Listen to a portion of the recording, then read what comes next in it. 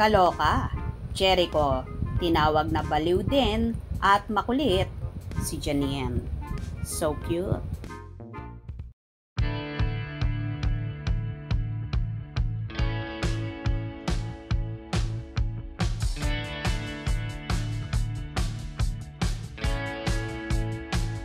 Mukhang isa na nga ito sa pagpapatunay na may ugnayan na ang napapabalitang magkasintahan na at mga bida sa hit seryeng Lavender Fields na sina Janine Gutierrez at Jericho Rosales.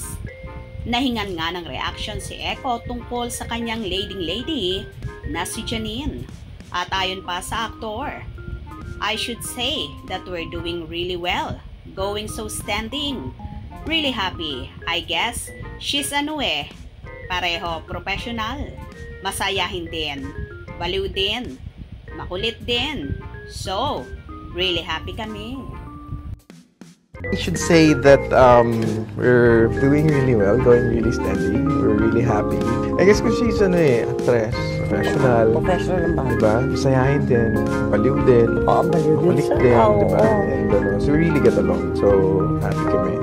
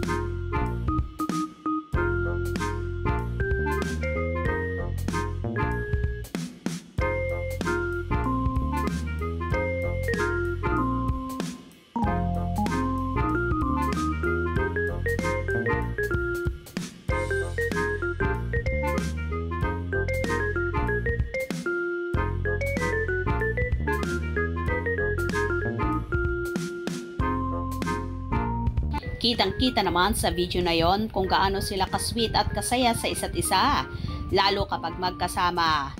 Tila nakita na nga ni Echo kay Janine ang katangian na hinahanap niya at ganun din ang actress. Nakitang-kita mo sa kanyang mga mata kung gaano siya kasaya at kakomportable kapag si Echo ang kasama niya. Halata mong in love talaga sa actor at ganun din naman si Echo sa actress.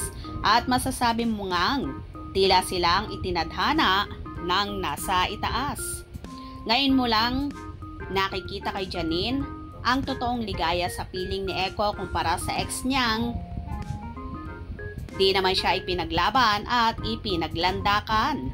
Ito kasi ang maganda sa walang itinatago bagkos very proud kang ipinagsisigawan sa buong mundo na ikaw lang ang babae na mahal ko at aalagaan at kakasamahin habang buhay. Anyway, umaasa naman ang kanilang supporters na sa totohanan na mauuwi ang lahat. Lalo pat pareho naman silang single at in love sa isa't isa. Kung nagustuhan nyo ang video na ito, comment down below.